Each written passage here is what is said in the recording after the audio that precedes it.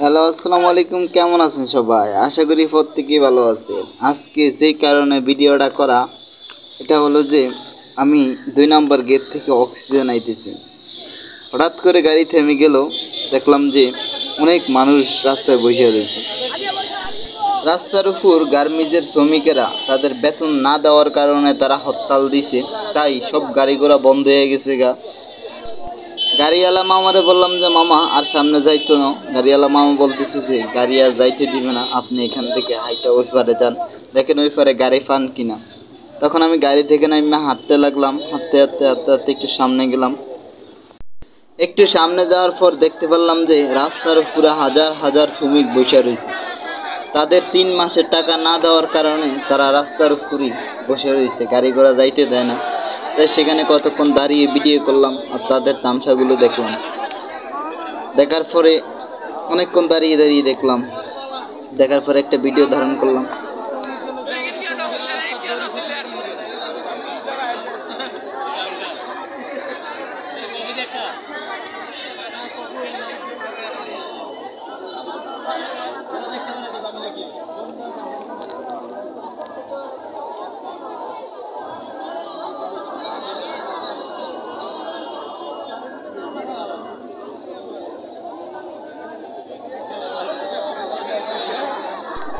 অনেকক্ষণ দাঁড়িয়ে থাকার পর সেখান থেকে আমি গাড়ির উদ্দেশ্যে রওনা দিলাম।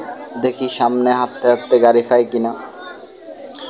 হাঁটতে হাঁটতে আমি প্রায় 10 থেকে 15 মিনিট ধরে হাঁটতেছি, কিন্তু কোনো গাড়ি পাইতেছি না। কারণ গাড়িতে এত জ্যাম, রাস্তা জাম হয়ে গেছে গা, কোনো গাড়ি যাওয়া আসা করতে পারে না। তাই দেখি সামনে হাইটা কিছু পাই কিনা, গাড়িটাই পাই কিনা।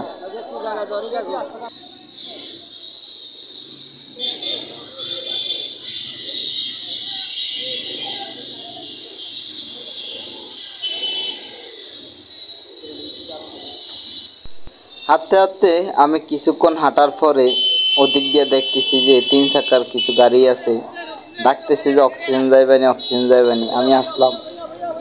আসার পরে গাড়িওয়ালা মামারে জিজ্ঞাসা করলাম যে জায়গায় 10 টাকার ভাড়া, এই জায়গায় 30 টাকা চাইতেছে। তারপরও না, যে এত করার কিছু নেই, আমার ইমার্জেন্সি যাওয়া লাগবে। তারপরও চারিদিকে একটু দেখতেছি একটু কমে যাইতে পারি কিনা। দেখি না, সবাই একই রেটে বলতেছে, কারণ গাড়ি ঘোড়া সব জাম হয়ে গেছে গা। তারপরে এরা ভাড়া বাড়িয়ে দিছে। তাই আর কি করার আছে, তাই এটা দিয়ে যাওয়া লাগবে। এখন অনেকক্ষণ দাঁড়িয়ে দাঁড়িয়ে ভাবলাম যে কি করা যায়। পরে দেখলাম যে কিছুই আর করার নাই, 10 টাকার ভাড়া 30 টাকা দিয়ে যাইতে হবে।